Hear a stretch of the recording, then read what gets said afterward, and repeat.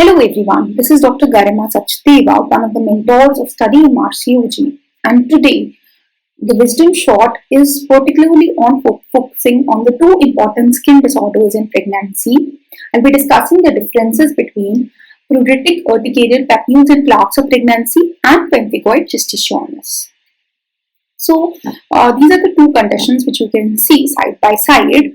The first one is polymorphic eruption of pregnancy, also known as pruritic urticarial papules and plaques of pregnancy, toxemic erythema of pregnancy, Bond's toxemic rash of pregnancy, linear IgM dermatosis of pregnancy, nurse's late onset prurigo.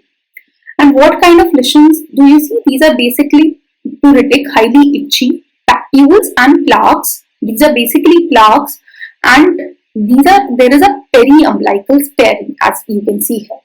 In pemphigoid gestationis is also known as pregnancy-related bullous, pemphigoid gestational, pemphigoid or herpes gestationis.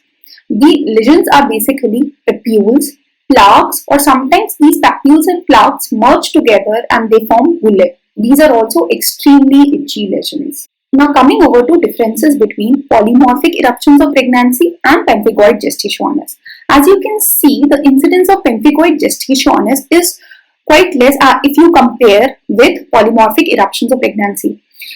Puppp, this has an incidence of 1 in 60 to 1 in 300 pregnancies, and pemphigoid gestationis, it has an incidence of 1 in 1700 and between 1 in 1700 to 1 in 50,000 pregnancies. Polymorphic eruptions is usually present in third trimester or in immediate postpartum period.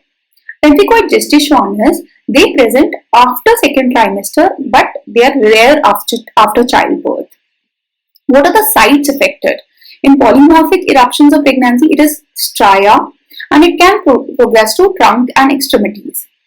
However, pemphigoid gestationis, it appears particularly around the umbilicus.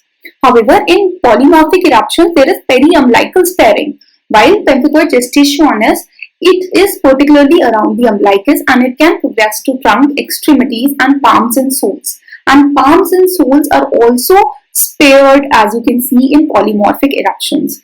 So, peri-umbilical area is involved in pemphigoid gestationis, spared in polymorphic eruptions. Palms and soles are spared in polymorphic eruptions, but they are involved in pemphigoid gestationis. Face is also spared in polymorphic eruptions. Pemphigoid gestationis, you see mucosal sparing. What are the risk factors? For polymorphic eruptions, it is nulliparity. Whenever there is overdistension, if there is multiple pregnancy or polyhydramnios, all these causes polymorphic eruptions of pregnancy. Pemphigoid gestationis, it is basically an autoimmune condition and is related to other autoimmune disorders. And it is particularly recognized with other this HLA phenotypes like HLA-D3 and HLA-DR4. So it is common with these haplotypes HLA-DR3 and HLA-DR4, and it is associated, as it is an autoimmune condition, it is associated with other autoimmune disorders as well.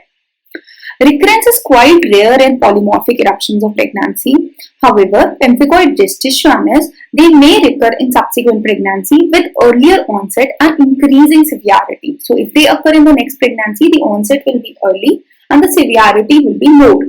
Also, any condition where you have these hormonal changes, like if the patient is on oral contraceptives, hormonal pills, or during menstruation, also these lesions can recur. Direct immunofluorescence test is negative in case of polymorphic eruptions of pregnancy.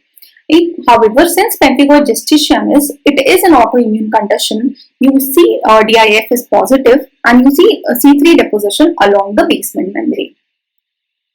There is no maternal or fetal risk associated with polymorphic eruptions. However, with pemphigoid gestationis, there is a risk of IUGR.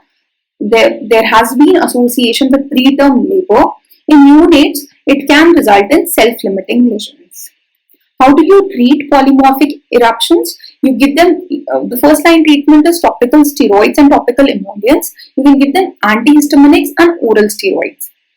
Pemphigoid gestationis also you give all these. Apart from that, you because it's an autoimmune condition, you give them immunophoresis, immunosuppressants as well, and also you to just prevent secondary infection because it's a more severe form. You give them antibiotics. So this was all about the differences between polymorphic eruptions of pregnancy and pemphigoid gestationis. I hope I have made things very clear. In case of any doubt, you can contact me. Thank you so much.